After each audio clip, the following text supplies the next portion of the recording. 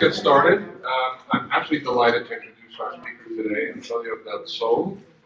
He is currently a professor at the University of Luxembourg, has a fascinating and very impressive background. He's also jointly appointed to, I can't say it, but a new institute in the Basque Country, although he's not Basque. His family's originally from Madrid. He was born in Cuba. He did his initial training in physics, and I think this really represents exactly the kind of background that is so critical as we move more into computational approaches to science. He has some extremely high-profile publications and more on the way, collaborates widely, and I was thrilled when we were introduced by a mutual friend, Jose Mato, in Spain. One of the reasons he's here is to explore how we can marry his expertise with those of our group, specifically with respect to using sequencing data to infer cell-cell interactions and physiology for things like liver regeneration. So we're delighted that you're here, and welcome. I look forward. Thank you very much, Scott. Just one question. This is something pointer? Sometimes works. No, so just pound on your computer. Is that okay? Okay. And then actually nothing's working. So There's the pointer. The what? Yeah, we have an old-fashioned Okay. children's. Well, that's a good. Where's the battery? Yeah. Well, why don't you get started, and I'll see if we can get Sure. Okay.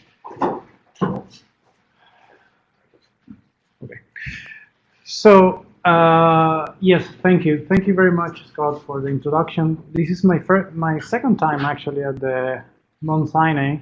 I came here, I think, 5 years ago, in a different department. But the idea was to come again and talk specifically to this department to see the possibility of interacting with more, computational and experimental / medical, especially, medical research, which is what actually our center does. Let me introduce you briefly about our center in Luxembourg. The Luxembourg Center for Systems Biomedicine was created in 2009, so it's 10 years old, and it belongs to the university. It's an interdisciplinary center that the government was investing kind of a lot of money to push biotech and biomedical research. So it is depending on the university, but it also have independent, kind of autonomous. You can see we have here 2 buildings built now, and there is a third in ongoing. So we will have 3 buildings, around 250 people from different 52 nationalities. And you see here in the back, this is France. So you can go have lunch in France, 10 minutes walk, and come back, and you're in Luxembourg back. So basically, the idea here, all this is like a technology park. So they are undergoing construction of several biotech companies, etc. So, okay, great.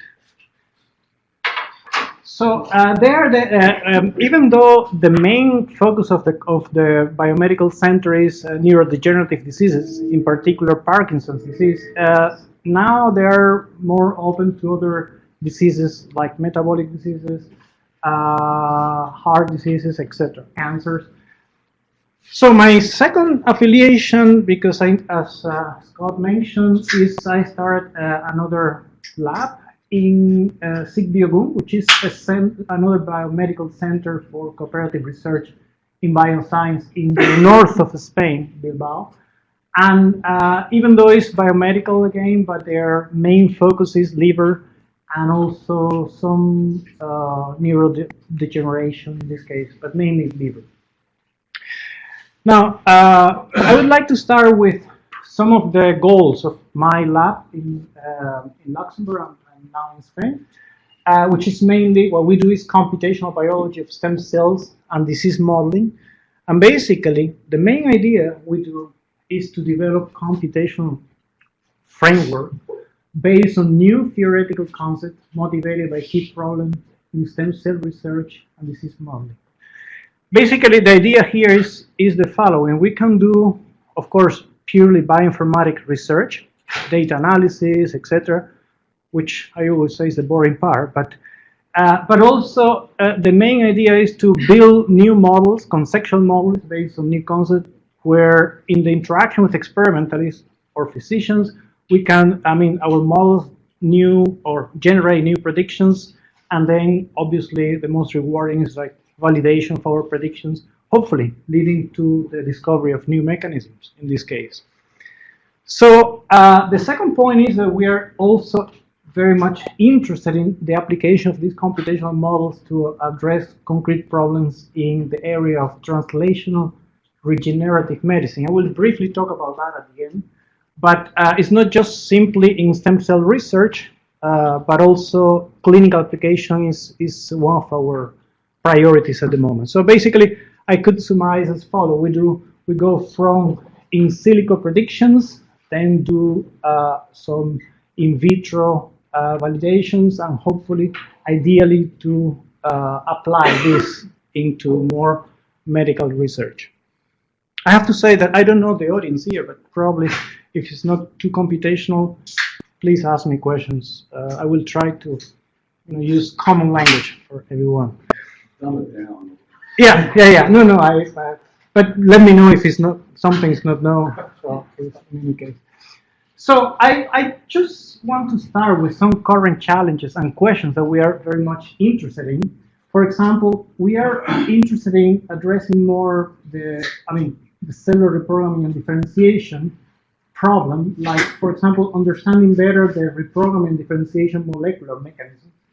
When I mention molecular mechanism, I mention how epigenetically, for example, or in terms of protein phosphorylation, these kind of processes take place, or finding novel self-fate reprogramming determinants to increase the efficiency and fidelity. Nowadays everyone can reprogram anything to anything, but in terms of efficiency, especially in vivo, still is a problem. And not only the efficiency, but fidelity as well. Reprogramming and obtaining functionally mature cells is still a challenging problem. The second area is more cellular disease modeling. I say cellular, but it should be tissue disease modeling as well. Usually our models rely on RNA-seq data, but also it could have protein abundances or epigenetics data. So the idea here is to identify cellular networks whose perturbations, I put just simply an example, iPSC disease model, we could design, could lead to the design of novel strategies for reverting disease phenotypes.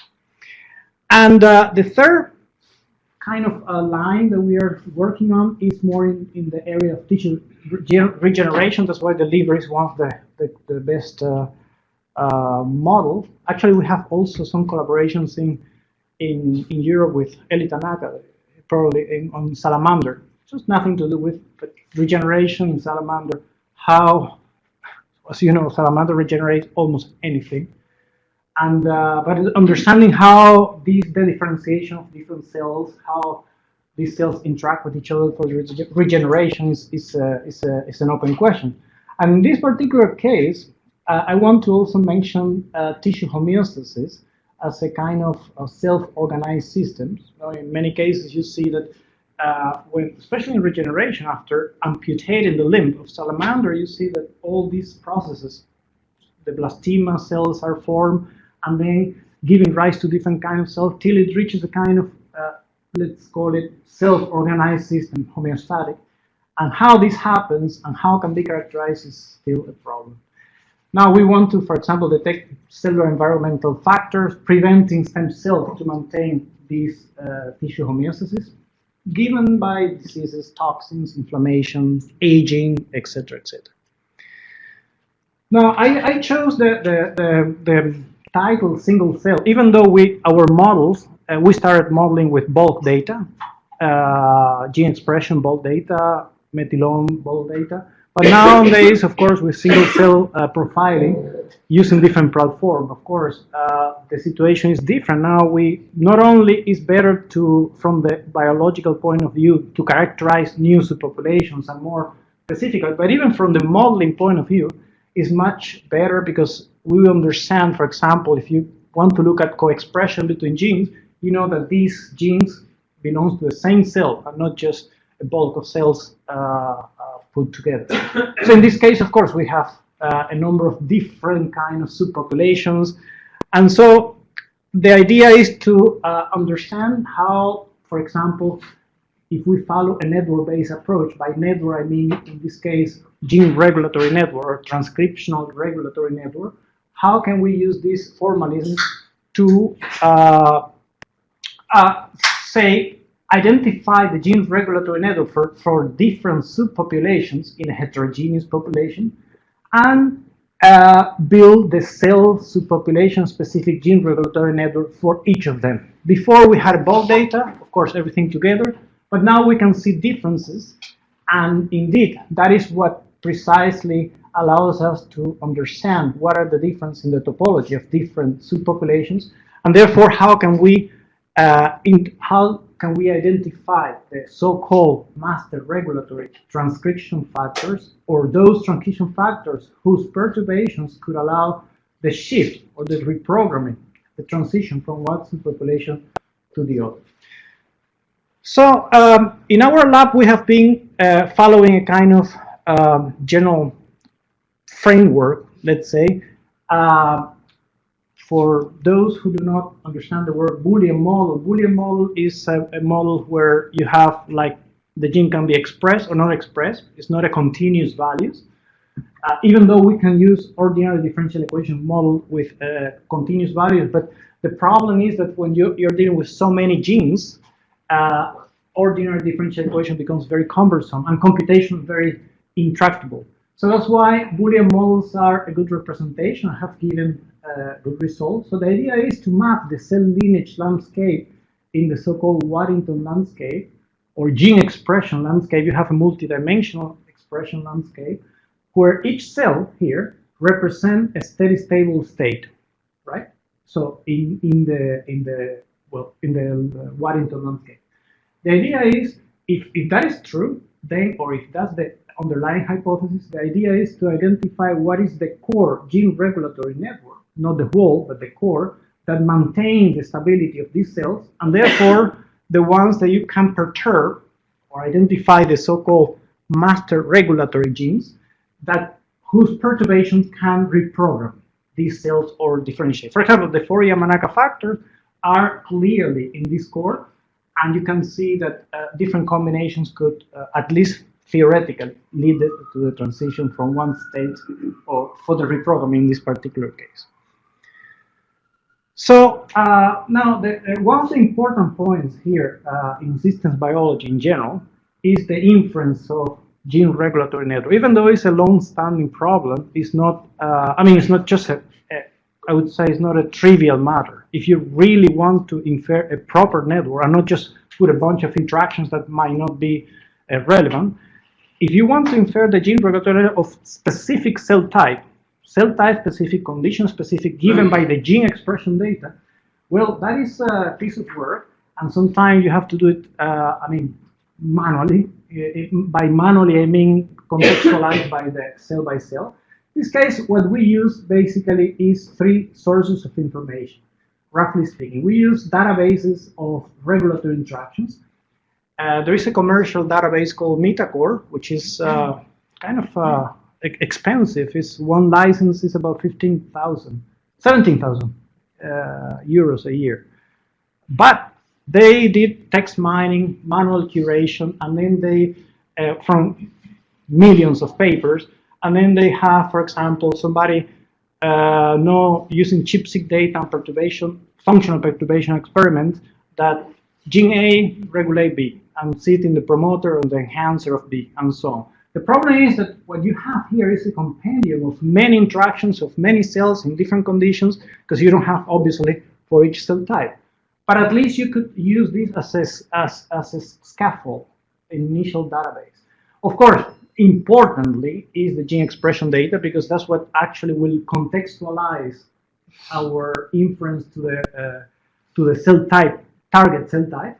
And if we have, of course, epigenetics data, in this case, let's say accessibility, that would be also a plus, because of course it will be compatible which regions are open, closed, etc. So using that, we have implemented a machine learning approach, which I will not discuss in this context, but basically taking information, these three sources of information. The idea is to identify a cell type, so a specific GRN, which is compatible or explain the gene expression pattern of the target cell. I mean, given the target cell. So that's the first thing, inference of gene regulatory network, which is already, as I said, 50% of the work. The next is, okay, you have a GRN. What do you do with it? Now is what we call control. Not like a control theory like engineers used to, their definition of control is you tune parameters of certain nodes and then you can control the network from one state to the other. In this case, the control is mainly you have a gene regulatory network and you want to identify those key important master regulators that somehow can flip this target cell into another cell type or condition as well. Not necessarily has to be another cell. So that is the general problem. And I want you to kind of ignore this if you don't, because I was preparing this for a different maybe audience. But one of the ideas that we use is usually in gene regulatory networks, you have a very well-defined core, like a core of interactions that involve positive and negative feedback loops. And these cores usually maintain the stability of the gene expression program. Positive and negative, here is, for example, a positive circuit, a negative circuit, but usually I will not go through all the mathematics behind it, but in every cell type during the course of our predictions, usually we see this kind of pattern that you have a very well-defined what we call cluster of circuits, and these circuits usually are involving or determine the stability of the gene regulatory network. So the next point here is once you have, for example, assuming that you have two cell types, you go from cell type A, you want to go to cell type B. Usually the idea is to identify differentially expressed genes between the two phenotypes, and therefore then the next point is how do you flip? Let's say from, in this case, you see a mirror. No? In red you have upregulation, blue downregulation. You want to flip the state and obtain this kind of pattern. But of course you have several genes. How can you identify those which are the most likely determining this transition? So for that we do a kind of hierarchy formation in the sequence space, and then we look for the so-called master regulators, indeed, that by automatically the others will be flipped or targeted at the same time. So in other words, the algorithm looks for the optimal minimal set of transition factors which could be targeted in order to flip and go from one cell type to the other. So basically this is the general story, but again, in single cells based model, in vivo conversion is still a problem. In many cases, of course, you don't have cells in vitro, you have a niche, you have a number of other situations that makes the process more complex. And in vivo cell conversion is still inefficient. It's one of the factors why we are interested in doing this kind of analysis. Of course, the other challenge is to generate functionally mature cells, not just simply cells that identify or express the markers, but the express the marker can do the job, specifically in that tissue specific. That still remains a problem, and of course, that would also allow the development of strategies for regenerative medicine. Not, doing it in vitro, but already doing in vivo, well, in vivo mainly, not organoids. So in this particular case, now, for example, to give you an example, we want to convert cerebellum neurons in hindbrain neurons, specifically, not just neurons to astrocyte, but specifically one subpopulation to another one. And the question there would be how to identify subpopulation-specific cell conversion factor. how can I specifically go from one subpopulation to the other. That level of refinement you can have also only in single cell, even though different platform has different resolution. I mean, 10x genomics is different from SMART-seq or DROP-seq. It's a trade-off. 10x genomics, you can profile even 500,000 cells at once, but the resolution is not that high, whereas SMART-seq is maybe less, but the resolution is much better. It's a matter of trade-off and price as well, of course. So I give you one example of one of the models that we have been implementing. It's relatively simple, conceptual, but we have been applying it to several systems, and well, so far has been positively predicting factors. The idea is it's a model for binary stem cell differentiation, and we call it the seesaw model. Why the seesaw model? Because the idea here is that at the let's say progenitor state or stem cell like state, you have antagonistic cell fate determinants, meaning transition factors that determine either one fate or the other. Say, for example, if you see in red you have upregulation and in blue downregulation, you see that in this particular state, which is the progenitor state, these two sets of transition factors, antagonistic factors, they are balanced, kind of balanced in expression.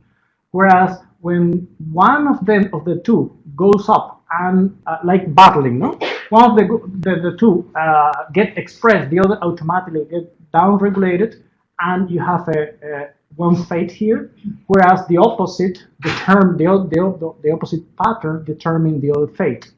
So, in other words, there is a kind of a balance at the progenitor state, which is a kind of meta-stable state, and once one of the two dominates, either you go one fate or the other. So that's mainly the idea. I will not get into detail, but using single-cell data, we have been able to propose a methodology that identifies exactly, based on gene expression, the balance of gene expression of this antagonistic set of genes in the progenitor state and differential expressed in the two daughter cell populations using some measure. And basically we are able to identify those cell fate determinants that define the differentiation towards one or the other. So we have been applying that to, let's say, neural stem cells, to astrocyte neurons, mesoderm, endoderm, depending. But recently we have, in collaboration with Deepak Srivastava at the Gladstone, we, using single-cell analysis, predicted one important kind of set of genes that define the differentiation of these anterior hard fields, AFC cells, into either outflow tract OFT cells or right ventricle cells. So this bifurcation here is an important point. So the question that was asked was, what are the cell fate determinants specifically for this differentiation? They were wondering what could actually drive this differentiation here.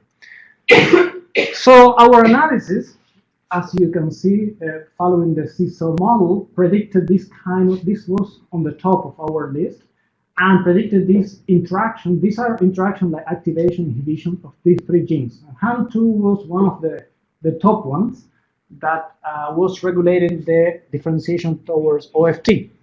So to do to validate our predictions, they generated knockout mice, HAM2 knockout mice in vivo, and they saw that indeed by knocking out this gene HAM2, only one HAM2, you have an impairment in this differentiation compared to differentiation to every fate in this case. So this is, I hope, the last second, third review in Nature. I hope it will be accepted, but soon. But that's one of the examples. I mean, we have been analyzing different systems, differentiation, bifurcation in different cases, and more specifically, why were they interested in this? Because apparently there are some heart diseases which are involving this gene, and this is important to understand what, in this particular case, can drive this differentiation. Okay, so I want to tell you a little bit about another story which involved the cell superpopulation transitional identity core. Now with single cell, you have different superpopulations, okay? Different superpopulations. Some of them, even you didn't know that they exist, or some people didn't know, some new superpopulation. That's what, with 10x genomics, you can look at that because they profile a lot of superpopulations. And then we need to characterize them, or even characterize the one that we thought we knew. And for that, one important way of characterizing, apart from markers, we are not talking about receptors or whatever, but a transcriptional regulatory core.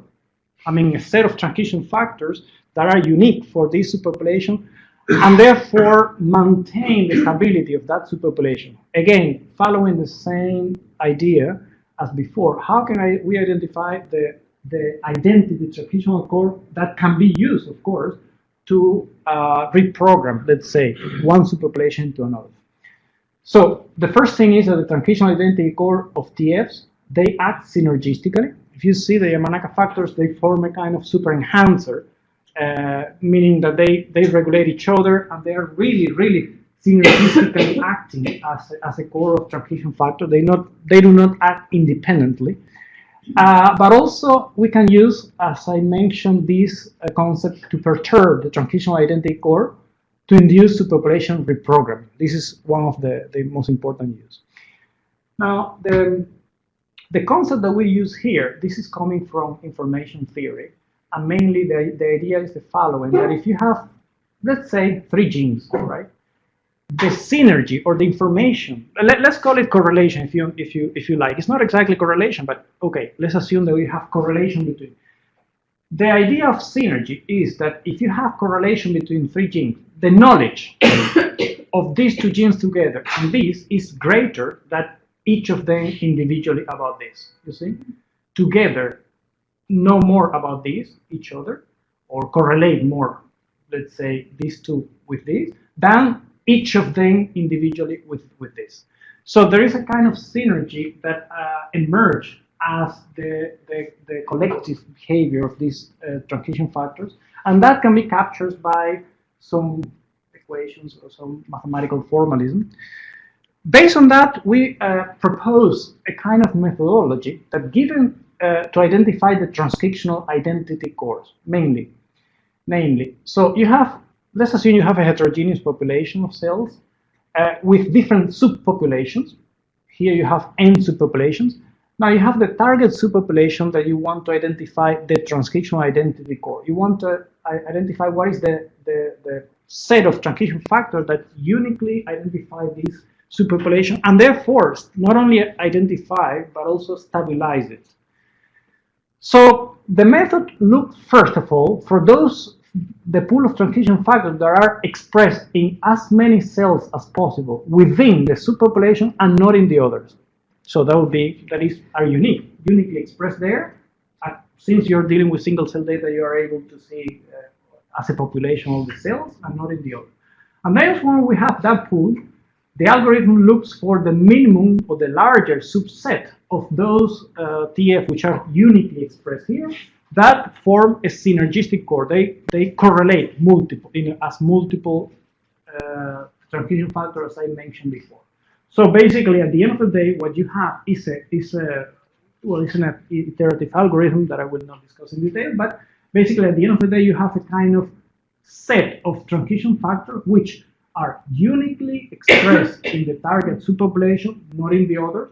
I mean, there are more, and also they show a kind of multiple correlations among them. So they are really very, very connected to each other.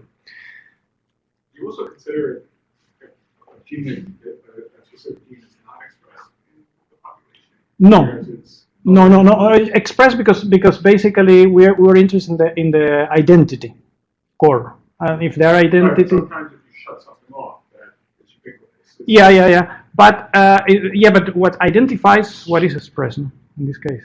So if you want to identify what is unique in you, you have to have something that the others don't. Not like what you don't have. But I understand that by you having something, you could inhibit the opposite. In this case, we are just looking at those which are uniquely expressed. We start from that, like uniquely expressed. Thanks. Wondering, do you also look for target genes that are, so this implies that you only look at the mRNA levels of transcription factors and infer that these transcription factors are becoming active. But there are also transcription factors that might not change their transcription level, but for example, they move from the cytoplasm into the nucleus. So do you look at target gene families, and then where you assign a transcription factor to?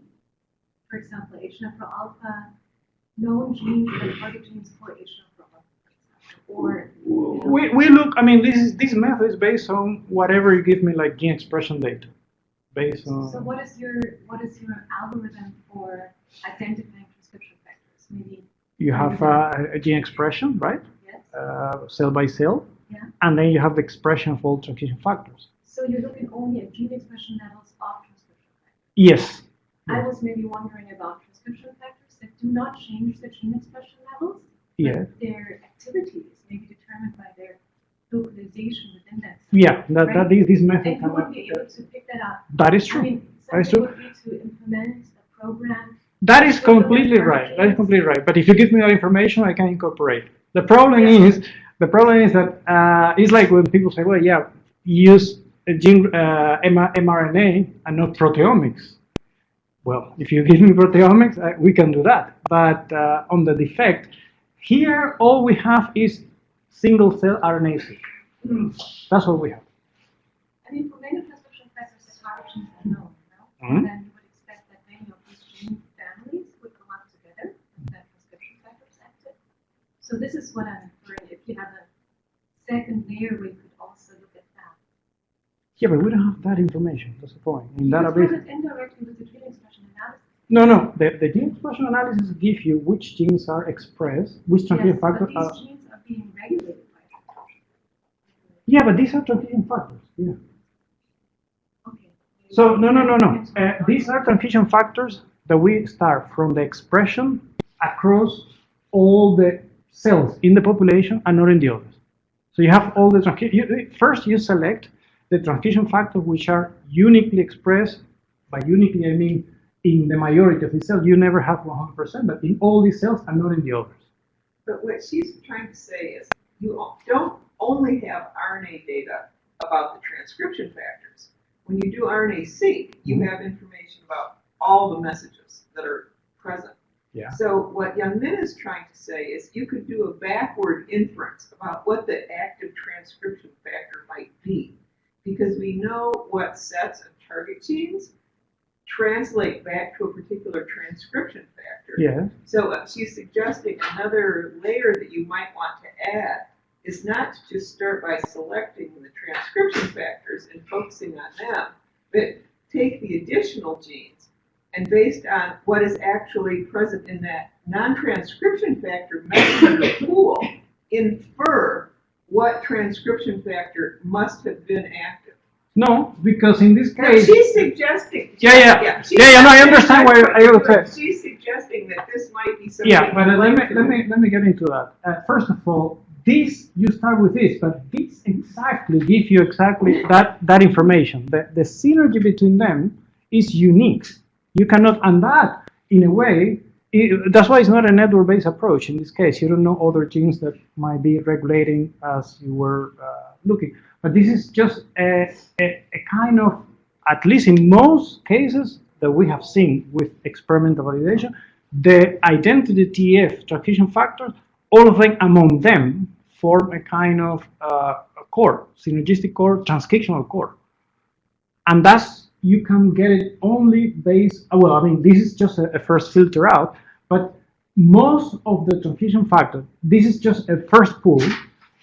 You can select from them based on this correlation, and in that correlation, you can see exactly those transcription factors that are among themselves defining the identity. I mean, apart from the Yamanaka factors, if you want some examples here, I mean, this kind of genes, so, see, or the ESCs or the embryonic blood progenitor, they clearly satisfy these conditions. Even you cannot do, because we have been following also a network-based approach. So you build a network, And then you see other genes that are also interacting and regulating, but they tend to be self-autonomous in that sense. And that's the intriguing part. I mean, the core itself maintains itself only with the transcription factor.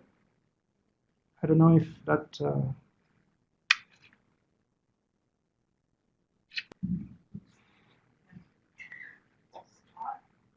No, but it's not, that doesn't address.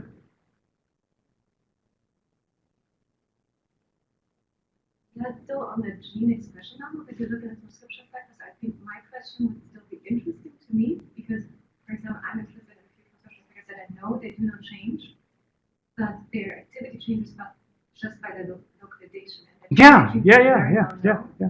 So if there's a family of group of genes that are being upregulated, this could also infer activity of the transcription factor. Yeah. That is very crucial. And from a biological standpoint, I think this would be something that... Yeah, but the interesting thing is, it could be, but apparently with this information, you can capture all of them in more than 300 populations. But you didn't compare, no? So we compare with experimental validation. In 300, experimental, but you don't, you didn't compare what that other layer of information could maybe, if you get... We don't have it. No, you do have it. There's a communication problem. Yeah, maybe. But I mean, he's talking about making use of additional data that you definitely have. But I think we should take it offline. Yeah, but in any case, the bottom line is the definition and the prediction of this transcription factor. You can do it with that. You don't need another layer because precisely they clearly. I mean, that's the difference between this and not having this only the pool of transcription factors that are uniquely expressed alone and not in the other. I could agree that there are some that are together, but this feature, and that's, I mean, we did this systematically overall. This is exactly what pruned out among all these. There are other conserved that are uniquely here and not in the other, and we don't know what to say about that. But when we explore what is the synergistic core among them, I would say 90% of more than this. See, maybe Young Lin would get you another 8%. Maybe, Yeah. maybe. Do you always Or maybe- end up with 3 or 4 as a core? No. Usually we go. How large do the cores Yeah, we go up to 10, but not always it goes to 10 because it's a here it's a heuristic algorithm that's top on the scenery. We end up in 10 because more than 10 and then if you find you're adding, for example, you have triads which are synergistic, then you add a fourth, then a fifth, and then if the synergy increases, you keep adding till you get a plateau. You get something here that even if you keep adding, there's no more information gain in that So you're sense. saying that each of these cores will identify a specific cell type? That is what I said. Yeah, and in many cases, not only we have. Apart from now, it's more than 2. Now we went up to 300. So we did a manual job by one supervisor, where you have. In many cases, you don't have all of them, of course, but the known one. And actually, this is what we did in this regard with Ernest in Karolinska. We reprogrammed hindbrain neuroepithelial stem cell into midbrain dopaminergic neuron. Doing this kind of analysis, we identify one specific. They're not. They're in mice only. There are 4 types of dopaminergic neurons. I mean, no, it's not just dopaminergic neuron. There are different subtypes. And apparently only one of them is involved in Parkinson's, not all of them, apparently. But in any case, here is the subpopulation where we wanted he wanted specifically to reprogram to, starting from hindbrain. And the core in this case was 4, exactly 4. So he upregulated this and obtained dopaminergic progenitors that then differentiated into dopaminergic neurons to make it compatible. Then with Deepak, again, we are using the same approach to convert from RV to LV, right ventricle to left ventricle cardiomyocytes, and vice versa. Again, so they are undergoing the experiments. But yes, I mean, with that technology, we are able to, because basically the idea is to upregulate in the initial superpopulation the identity of the final, of the target, to see if we can reprogram this. Okay, so then the next point here is, I think that would be interesting for you, maybe more, how to account for stem cell niche interactions and the implication this could have in vivo reprogramming. And that is a very difficult problem, as you understand, not only experimental but computational due to a number of reasons, no? Diverse cellular molecular components. The niche is not only other cell type, but yes, extracellular matrix, biomechanical factors, etc. It's very dynamic, bidirectional, and more importantly, there is an incomplete characterization of the niche. So most of the computational approaches that I'm aware of that try to mimic or at least describe the stem cell niche interactions rely on modeling pairwise stem cell interactions. But of course, the few papers that I've seen, they use well-known, by well-known, I mean better-known examples like hematopoietic system compared to the other, where you know more or less what other cell type. But even there, you have only one snapshot, and you might not have a complete characterization of the niche. So what we are actually proposing is a different kind of approach, where instead of considering pairwise cell-cell interaction, we model the overall niche effect that it has on the stem cell phenotype, and in that sense, we don't need to look at the composition. So in other words, instead of looking at which cells or which entities are interacting with the cell, we concentrate on the stem cell, let's say neural stem cell, for example, and see which are the signaling pathways whose activations are more likely to maintain the phenotype. So this comes, it's a similar situation or a concept from physics called mean field approximations, where you have the stem cell, you have many, like a field or a cloud of cells, entities, extracellular matrix components that somehow acts on this. So the underlying assumption is that despite of the heterogeneity of these cells, in particular locations, like in particular regions of the brain, cells are maintained in a quiescent state, whereas in others they are more in the active state, despite of that. So the assumption here is that we want to model the niche on the stem cell as a sustain. We think, or at least we propose, that despite of all changes in gene expression and some in signaling, there might be some sustained activation or inhibition of specific signaling pathways that maintains them in that particular phenotype, similar to the 2I experiments in vitro. No? Austin Smith, you do the 2I, the inhibition of two pathways, and the cells are maintained more in the naive state. They do not differentiate, blocking the differentiation. So the idea is the following. It has two parts of this model. First of all, we by identifying the niche determinant. Niche determinants are exactly those, if we assume that indeed there are some sustained activation or inhibition of these cells by which the phenotype is maintained in this niche, then the idea is to identify which are the signaling molecules which are more important mediating this information. So we use a kind of approach which is a Markov chain probabilistic approach, where the signal probabilistically travels from the niche to the downstream to the transcription factor, which are boundary, and then start again. So here clearly you have a distinction between two single cells in one niche, single cells in a different niche, and then the idea is to identify which are the most likely signaling molecules which are with a high probability to maintain this signaling effect.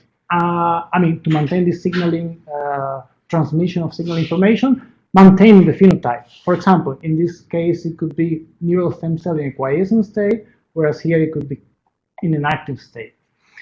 So the second point is that we look at the downstream effect of these signaling cues with a gene regulatory network and see if indeed the signals that we are predicting has a compatible effect of the gene, or at least the transitional factors, the boundary, the terminal, downstream in the GRN.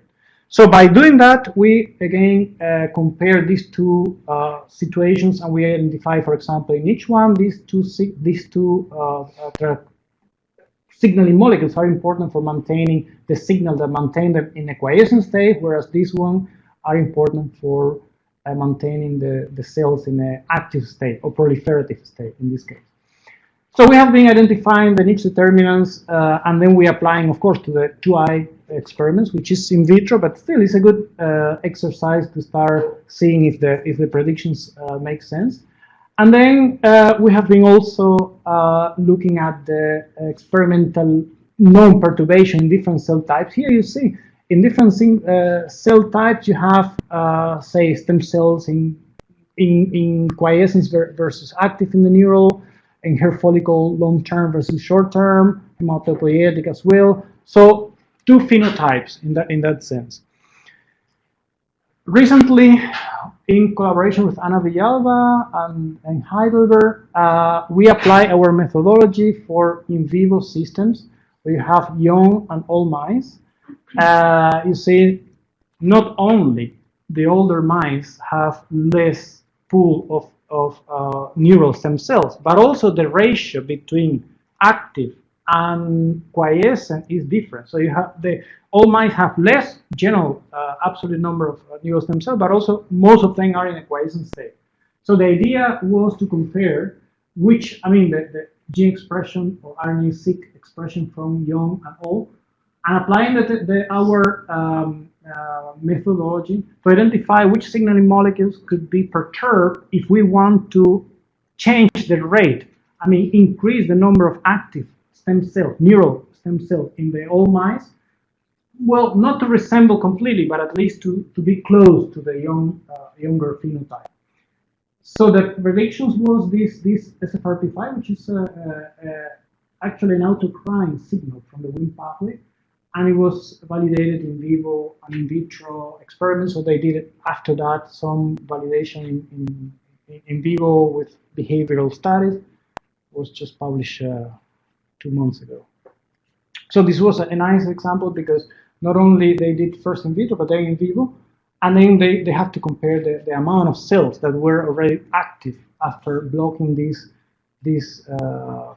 SFRP5, this molecule that was inhibiting actually the activation of the neural stem cells in older mice.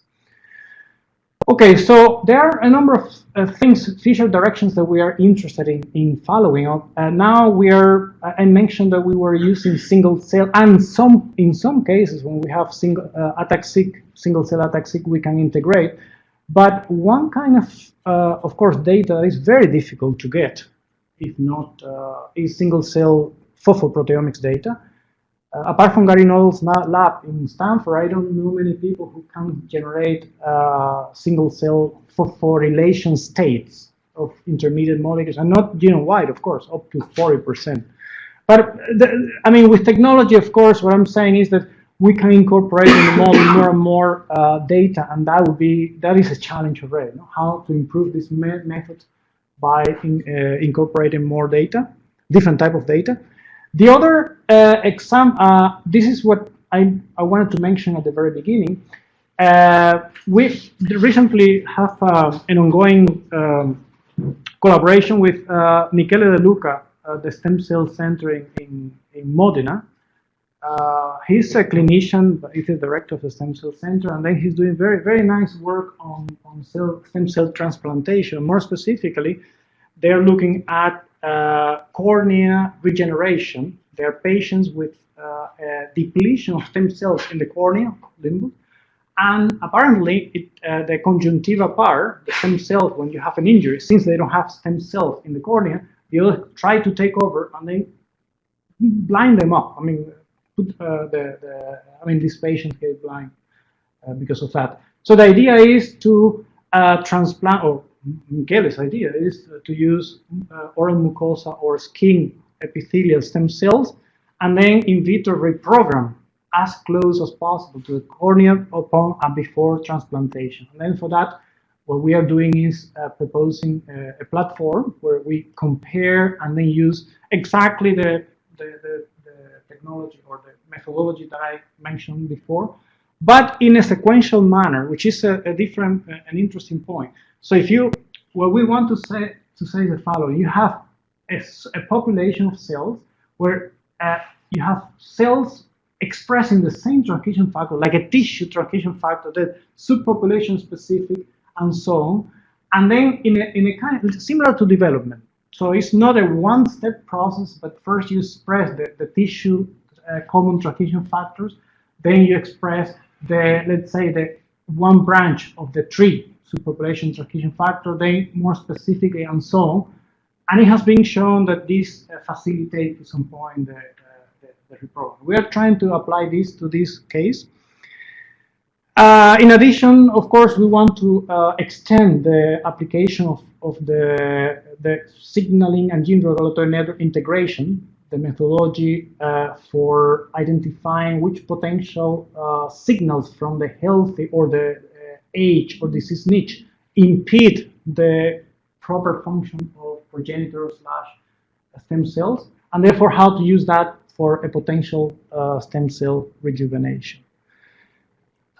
Finally, we are working, even though this is in a well, it's not published yet, but this is an active work, research line in my lab, is how to identify homeostatic disease versus healthy disease state. So in other words, how to make, to understand how in one particular state, different cell types interact with each other, and how potentially this interaction, again, similar to the gene regulatory network, how a cell-cell interaction network could be exploited or used in order to potentially perturb and switch the or accomplish the transition from a disease state to a healthy state. That is based on a number of considerations, different kind of approaches, but the ultimate idea is to see how this stable steady state or homeostatic state could be maintained. Again, here we have a snapshot. We don't have time series. That could be another possibility, but this would be a way to well, actually extend our methodology. Okay, question, just on the last slide there. So, is this kind of an extension of your niche work? In this particular case, we want to do no, it's different. In this case, we want to do receptor ligand interactions, like some method, but go also multiply, which is very important multiply, because sometimes, I didn't mention at the beginning because of this, but basically, sometimes you cannot measure pairwise correlation when you have multiple. So that's one of the things that the referee asks. If you have n genes, let's say quartet, 4 genes that are for a synergistic core, try to see if you can decompose that in pairwise interaction, and not always you can, because it's a kind of emerging property that measure the 4 of them are together needed for that. And that's an interesting thing. That's why otherwise you could infer it using a pairwise correlation method, no? Pairwise. Here, similarly, the idea, and that's what we were discussing before, we want to see if in some cases, for example, in the immune system, no? Biology is holistic. People know that Treg cells modulate CD4 positive, no? If you have too many Tregs, then you might have immune suppression, too low autoimmune, whatever. No? But nobody says or think that maybe there is a third subpopulation which is modulating this interaction, and you might capture now if you include these multiple interaction. But we use, again, receptor ligand. This is a different... So I guess the question is, your previous niche work, you're suggesting that there is a niche factor coming from these cells themselves, so there's heterogeneity of population, like the 2i versus the, but here I guess you're talking about this niche for yeah, but it's an inside out, because the first give you the effect, but we cannot tell you anything about who sends the signal, because it doesn't care. I mean, you have So you don't know if it's exactly, but the second would be more like, okay, that's why I say it's inside out, because we know which pathways, and then by doing cell-cell receptor ligand, we can see which specifically. This is like a second step pruning, and potentially which cells. It could be extracellular matrix or other factors, but in this case, it's only cell interaction. This also be from single cell RNA-seq data? Yes. That's the minimum. Yeah. So but I think this is an interesting, and also when you compare, I would be interested if you have or depletion of one. You were talking about scalase cell. If you deplete one cell type, how this interaction map changes now without one or with one, or even with the same superpopulation but in a disease state. Let's say with constant inflammation. How these cells behave? I mean, is it the same, not the same? And then potentially, and that's the prediction, how you can potentially go from one or try to revert the phenotype at the cell-cell interaction level. Actually, in this sense, how important it is, there was one of the papers, Nature papers, where they, what they did was to do differentiation in 2D, from embryonic stem cell to hepatocyte, and then they did it, well, organoid, okay, 3D, the same, the steps are the same, but then they were checking that the gene, of course, were slightly different, not exactly the same, and many of them were involving cell-cell interaction, so the differentiation is not 2D in that sense.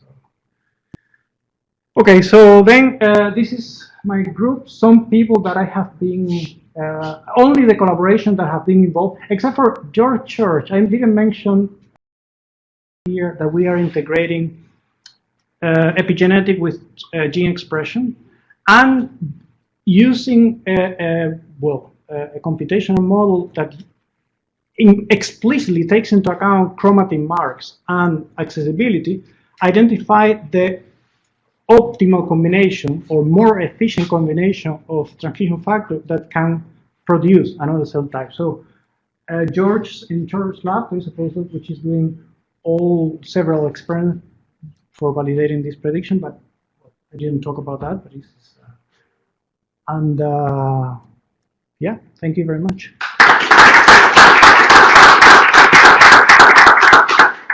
So maybe a couple of questions.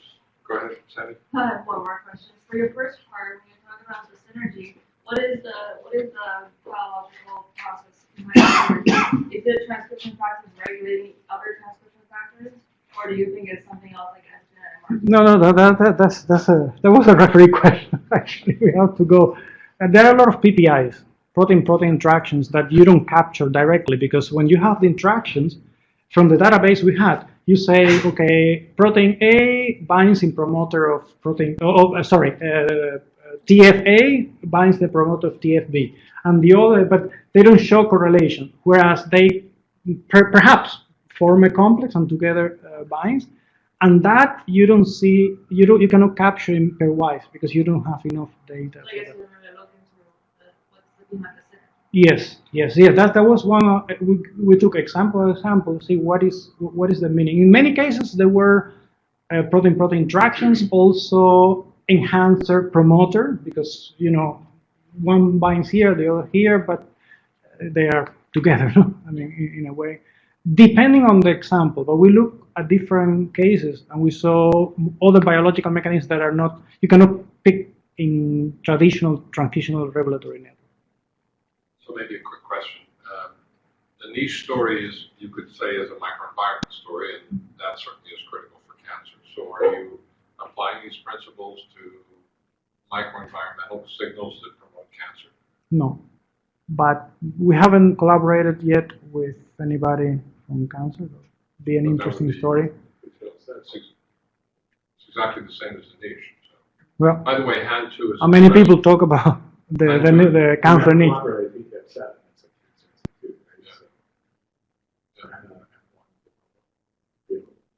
Yeah, but she I think we need to wrap up. Usually this. Even though she was the neural stem cell. HAN2 is expressed by stellate cells.